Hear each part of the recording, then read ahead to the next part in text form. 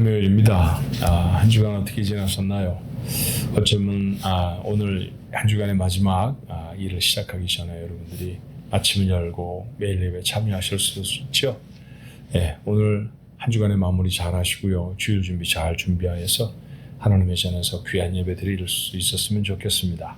같이 한번 기도함으로 2월 7일 금요일 매일 예배 하나님 앞에 나아갑니다. 나를 사랑하시는 하나님, 이 사실을 늘 기억하며 살아갈 수 있게 하옵소서. 세상을 살아갈 때 누군가에게 사랑을 받는 것 정말 귀한 일이고, 누군가를 사랑해내는 것, 이건 저희들에게 주신 하나님의 귀한 사명이기도 하지만, 하나님이 저희를 사랑하신다는 사실을 잊지 않고 사는 것, 이건 얼마나 놀라운 힘이 되는지 모릅니다. 오늘 매일 예배에 참여한 우리 가족들 모두가 이 하나님이 베풀어 주신 사랑을 잊지 않게 하시고, 이 땅을 살아가며 사랑의 사람들로 살아갈 수 있도록 축복해 주옵소서. 말씀 앞에 오늘도 섭니다. 하나님의 말씀을 깨달을 수 있도록 성령님 우리 안에 역사하여 주옵시고, 우리가 그 말씀을 깨달아 그 말씀대로 행할 수 있는 하나님의 능력이 저희들 것 되게 하옵소서. 예수님의 이름으로 간절히 기도하옵나이다. 아멘. 오늘 함께 부를 찬송은 484장입니다. 내 마음의 주여 소망 되소서. 함께 찬송합니다.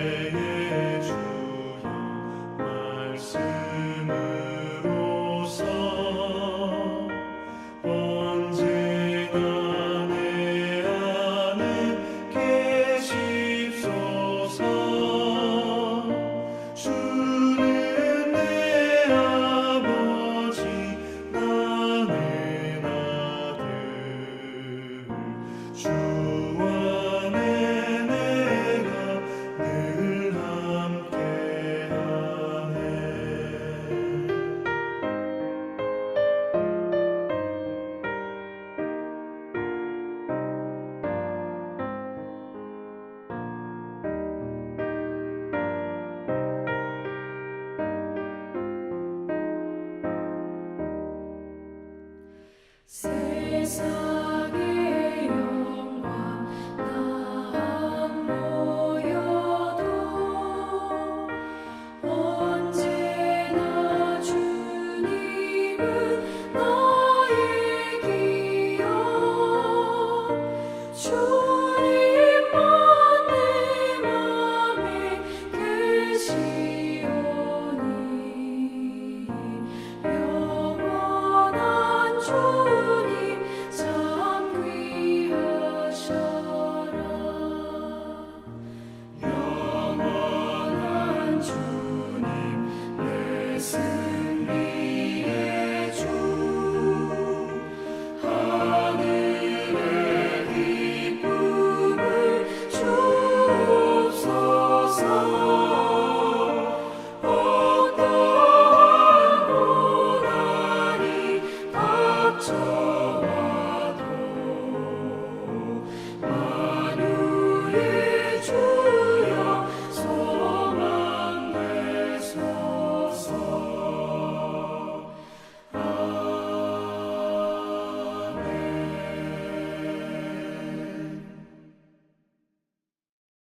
주시는 말씀 요한복음 10장 32절로 42절까지의 말씀이에요.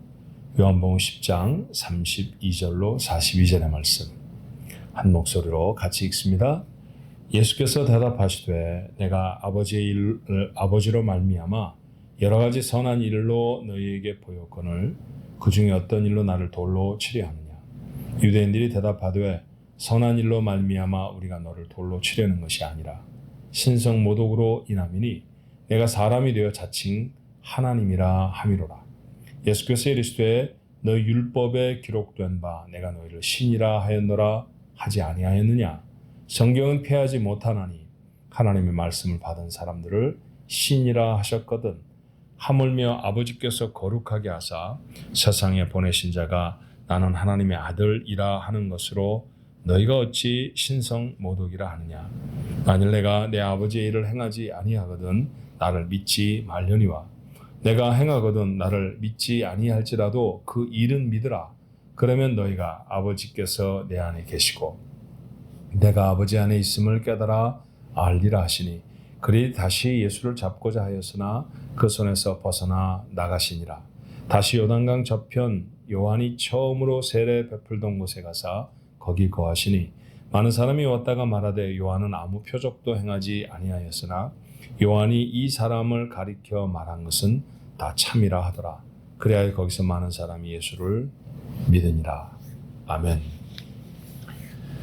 제가 좋아하는 크리스천 작가 중에 맥스 루케이도라고 하는 분이 계십니다. 그분은 목회자이기도 한데요. 성경에 사뭇 어려울 법한 진리들을 재미난 동화처럼 풀어내시는 특별한 탤런트를 가지신 분이에요. 구원에 관한 얘기 중에 이런 이야기에 제가 참 재미있게 읽기도 했고요. 깊이 공감을 했던 적이 있었습니다. 한 번은 목장에 가신 적이 있었대요. 목장이란 소가 많은 곳이죠. 그 중에 한 송아지가 장난꾸러기였던가요? 목장 여러 곳에 나무에다 그 페인트를 칠하기도 하고 집에도 페인트를 칠하기 위해서 페인트를 다 칠하고 남은 이 페인트 통들이 좀 쌓여 있었는데 그 통을 가지고 장난을 하다가 그 안에 뭐가 있나 아마 궁금했던가 봅니다. 작은 페인트 통 구멍에 그만 코를 꾹 밀어넣는데 이 통이 빠지질 않는 거예요. 여러분 충분히 상상이 되시죠? 어떤 상황이었는지. 숨쉬기가 매우 곤란했을 겁니다. 답답하게 갑자기 자기 코, 입을 딱 막은 무슨 물체가 있는데 이걸 벗어낼 수 없었을 때 얼마나 송아지가 깜짝 놀랐을까요? 벌쩍벌쩍 뛰면서 이리저리 불안해하죠. 그래서 그 목장에서 일하는 사람들이 그 송아지를 붙잡아서 그 통을 빼주려고 노력을 했습니다. 근데 이 송아지가 두려운 마음에 도망을 가는 겁니다. 자기를 도와주려고 왔던 사람들을 자기를 도와준다라고 생각하는 게 아니라 자기를 해하려고 온 그런 사람들로 생각한 거죠. 이산저산을 뛰어다니는데 이 송아지를 도무지 잡을 수가 없었던 거죠. 이제 그 광경을 이 맥스 루케이도라고 하는 분이 본 거예요. 보면서 이런 생각을 했답니다. 내가 차라리 송아지가 될 수 있었으면 얼마나 좋을까. 그러면 내가 저 송아지 옆에 가서 야, 너 좀 가만히 있어. 저기 지금 오는 사람들은 너를 해치려는 사람이 아니야. 내 코에서 통을 뽑아내주려고 하는 분이라고. 너 만약 그 통을 계속해서 꼽고 있으면 너는 죽을지도 몰라. 이렇게 말해주었을 텐데. 그런 안타까움이 있었다는 거죠. 참 재미난 발상이었습니다. 그렇죠? 사람이 그랬죠. 인생이 도대체 무엇인지, 무엇을 하며 살아가야 하는지, 하나님과 어떤 관계를 맺으며 살아야 하는지. 사실은 하나님과 관계를 맺을 수 있는 존재로 사람을 세상에 세우셨잖아요. 만드시고. 근데 그 사람이 범죄한 이후에는 하나님과의 관계가 끊어져 버렸습니다. 그러니까 사람이 사람답지 못하게 되어버린 것이죠. 생물학에서 분류하는 대로 사람은 그저 동물처럼 본능에 의해 살아가는 것입니다. 좀 고상한 본능을 갖고 있고요. 본능을 여러 가지 교육이라든지 또는 분화라든지 하는 것으로 멋지게 치장해 놓은 것뿐이지 하나님을 잃어버린 어떤 인간의 이루어낸 제도나 또는 무슨 관습 이런 건 모두가 다 사실은 동물적인 본성을 벗어날 수가 없는 것이죠. 그래서 하나님이 선지자들을 보내셨습니다. 그때 그들의 말을 듣지 않아요. 당신들 이렇게 살면 안 됩니다. 이렇게 살면 구원받지 못해요. 하나님의 사람으로 살아가는 모습이 아닙니다. 하나님의 사람으로 살아가는 구원이라고 하는 놀라운 역사가 여러분 속에 일어나야 합니다. 알아듣지도 못하고요. 도망만 다닙니다. 그래서 하나님이 하셨던 일이 무엇일까요? 우리 같은 모습으로 세상에 오신 것이죠. 바로 그분이 우리 구주 예수 그리스도이십니다. 그분이 세상에 오신 것보다 더 큰 은혜가 없어요. 자, 마치 루케이도가 송아지가 되어서 그 코에 페인트통을 끼고 있는 그런 소 옆에 가서 야, 너 그거 빨리 뽑아야 돼. 저기 오는 사람들이 너를 도와줄 거야. 그렇게 이야기를 하는데 송아지 나라의 말로 이야기했겠죠. 근데 이 송아지가 여전히 그 말을 듣지 않는 것처럼 우리 몸을 입고 세상에 오셔서 우리 같은 모습으로 사시던 주님이 하나님 나라에 대해 이야기를 하는데, 근데 여러분 요한복음을 읽으면서 어떤 사건 이후에 계속되는 논쟁들, 진술들이 있잖아요. 뭐 예를 들면 오병이어의 기적을 일으키고 나서 그것에 대한 의미를 쭉 설명하시고, 소경을 고쳐주시고 난 다음에 그 소경된 자가 다시 보게 된 것이 무엇인가에 대해서 또 가르쳐 주시고, 그럼 거기에 또 논쟁도 생기기도 하고 주님의 깊은 가르침의 말씀도 있고, 자, 그런 것들이 요한복음이 기록하고 있는 구조이거든요. 근데 예수님이 아무리 그런 대단한 일들을 하시고 그리고 그 일들 속에 하나님 나라의 메시지를 담아 선포하셔도요, 사람들이 예수를 믿지 않습니다. 하나님 앞에 나오지 않습니다. 신성 모독이라고 해서 돌로 치려고 합니다. 이거 바로 앞에 있었던 문단의 말씀이 무엇인지 아시죠? 수전절이라고 하는, 성전을 깨끗이 정화해서 하나님께 드렸다고 하는, 그래서 우리가 독립을 찾았다, 한 100여 년 동안 독립국가로 우리가 살았던 자랑스러운 날, 그날 기념해서 절기로 지키는 때가 수전절, 한우카라고 했잖아요. 자, 그런 때 그 일들을 삶으로 다 감당해내신 주님이 저들 곁에 오셨는데도 그들은 예수님을 돌로 들어 쳐서 죽이려고 했습니다. 오늘 예수님이 반문하세요. 도대체 왜 나를 죽이려고 하는 겁니까? 내가 도대체 돌에 맞아 죽을 만한 어떤 나쁜 일을 했습니까? 사람들의 대답도 대단합니다. 당신이 무슨 나쁜 일을 해서가 아닙니다. 당신이 신성 모독을 저질러서 때문입니다. 어떻게 사람이 돼서 자기를 하나님이라고 말합니까? 예수님도 지지 않으시죠. 자, 성경 속에 오늘 성경은 율법이라고 기록했습니다만, 자, 신약 성경에 율법이라고 단어를 쓸 때 율법이 갖고 있는 여러 스펙트럼이 있어요. 다양한 율법 하면 모세 율법만 말할 때도 있고요. 구약 성경에 율법을 담고 있는 역사서들을 말할 때도 있고, 아니면 구약 성경 전체를 말할 때도 있는데, 오늘 주님 그렇게 가장 넓은 범주의 율법이라는 말씀 사용하십니다. 그러니까 우리에게 좀 더 가까운 말로 말하면 구약 성경에 그런 표현일 거예요. 시편에 있는 말씀입니다. 시편 82편 6절의 말씀에 보면 아예 이렇게 딱 기록되어 있어요. 너희는 신들이며 다 지존자의 아들들이라. 이 성경을 유대인들이 알거든요. 시편을 알고 있는 사람들이 내가 하나님의 아들이다, 곧 하나님이다 라고 말하는 걸 왜 나한테 도전을 하느냐? 성경을 바꿀 수가 있느냐? 내가 하는 일을 봐라. 내가 아버지의 뜻 아니면 이런 일 중에 하나라도 할 수 있느냐? 오늘 말미에 있는 말씀처럼 세례 요한이 나보다 훨씬 더 큰 세력을 가지고 있지만 세례 요한은 아무 일도 하지 않았거든요. 표적을 나타내지 않았거든요. 세례 요한뿐입니까? 예수님 당시에 여기저기에 적그리스도, 거짓 그리스도들이라 하는 사람들이 적지 않았지만 예수님이 행하신 것 같은 일은 아무도 행하지 못했습니다. 하나님이 허락하지 않으시면 어떻게 이런 일을 할 수 있었겠어요? 내가 하는 일을 보면 내가 누군지 알지 않겠느냐? 내가 아버지와 하나라고 하는 사실을 알 수 있지 않겠느냐? 주님이 답답하게 그렇게 말씀하세요. 아무리 그들 앞에 그들의 모습으로 오셔서 그들이 알아들을 수 있는 용어로 말씀하시고 사건들을 보이셔도 사람들이 돌을 들어 주님을 치려고 합니다. 다행스러운 것은 그런 사람만 있었던 건 아니었어요. 다른 사람도 있었습니다. 오늘 세례 요한이 그와 같은 사람이죠. 예수님을 세상에 선포합니다. 예수님보다 나이도 몇 개월쯤 앞서 있었고요. 추종자도 예수님과는 비교할 수 없을 정도로 많은 사람이 있었습니다. 유명한 사람이었습니다.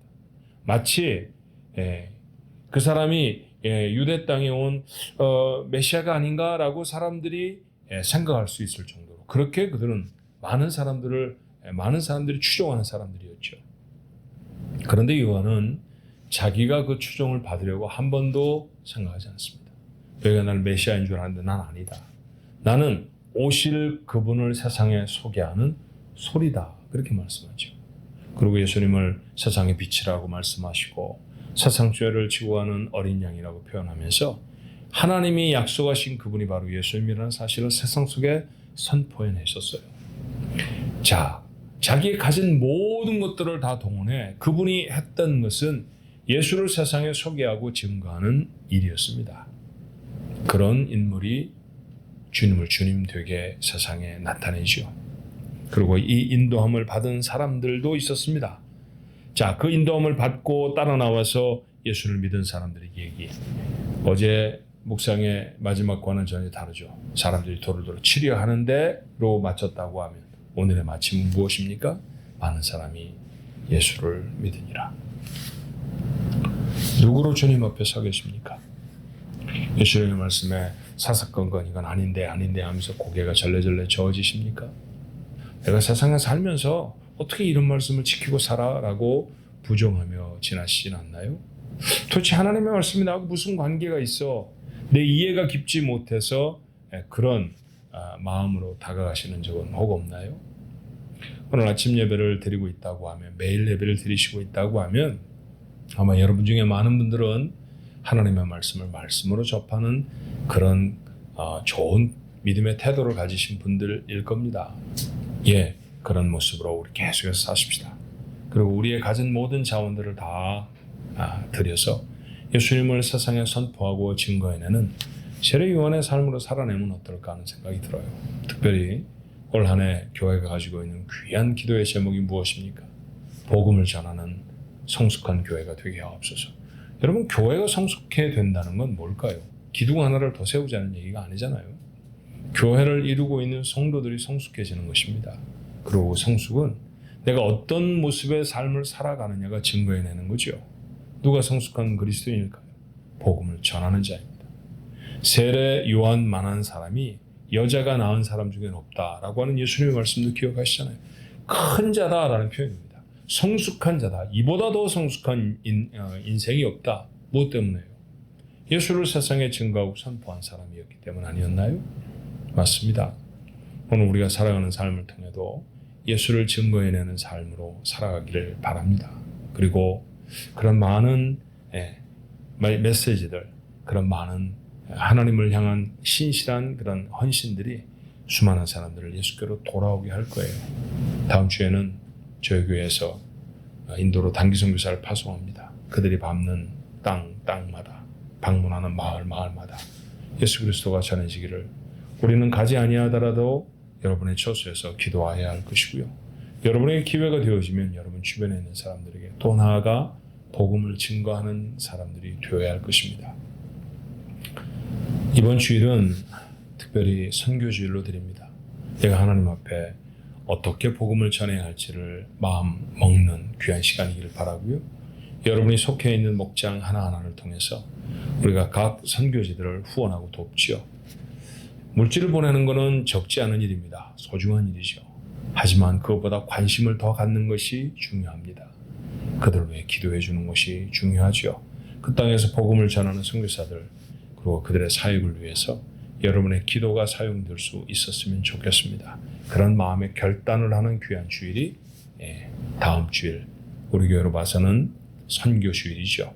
그 귀한 주일에 오늘 이 말씀 주님이 세상에 오셔서 선포하신 메시지를 보고 믿었던 사람, 주님의 주님 되심을 세상에 선포해 주었던 예수님 곁에 있었던 헌신자들, 오늘 그런 삶의 모습들로 우리도 하나님 앞에 아름답고 복된 삶 살아내기를 주님의 이름으로 축원합니다. 기도하겠습니다. 우리를 사랑하셔서 보좌를 비우시고 세상에 오신 주님, 우리 같은 모습으로 33해를 살아내셨습니다. 그래야 우리가 하나님을 아니까. 그래서 그분의 오심을 이사야는 임마누엘, 하나님이 우리와 함께 계시다라고 말했죠. 우리와 함께 계셨던 하나님을 경험했던 역사 잊지 않습니다. 그 주님 때문에 내가 하나님의 사람일 수 있는데 오늘 나의 삶에서 다시 내 안에 품은 예수 그리스도의 영으로 말미암아 주님의 주님 되심을 선포하는 귀한 인생들이 되게 해 주옵소서. 우리 교회가 올 한 해 반드시 복음을 전파하는 성숙한 교회가 되게 도와주옵시고 그렇게 하나님의 마음을 시원케 해드리는 성도들과 교회가 될 수 있도록 은혜를 더하여 주시길 원합니다. 우리에게 복을 주셔서 이렇게 인도 정말 수많은 민족들이 있는데 그 수많은 부족들에게 하나님의 복음을 전할 수 있도록 저희들에게 기회를 주시니 감사합니다. 복음의 빚진 자들이 되어져서 인도 땅을 밟습니다. 비록 가는 이들은 적은 무리이지만 온 교회가 마음을 다해 저들과 동행하옵나니 저들이 방문하는 마을마다 예수 그리스도가 크게 선포될 수 있게 도와주시고 주께서 구원을 주시기로 작정하신 사람 한 사람도 빠짐없이 주께로 돌아오는 놀라운 역사가 일어나도록 주님 축복해 주시옵소서. 뿐만 아니라 오늘 이 말씀을 마음에 담는 저희들 모두도 우리의 삶의 정황에서 누구에게 복음을 전해야 할지 깨우쳐 알게 하여 주옵시고 그들을 마음에 품는 귀한 선교 주일이 되어지도록 돌아오는 주일에 역사하여 주시옵소서. 하나님의 기쁨이 되는 교회와 성도들이 되어지도록 축복하시길 원하옵고 예수님의 이름으로 간절히 기도하옵나이다. 아멘.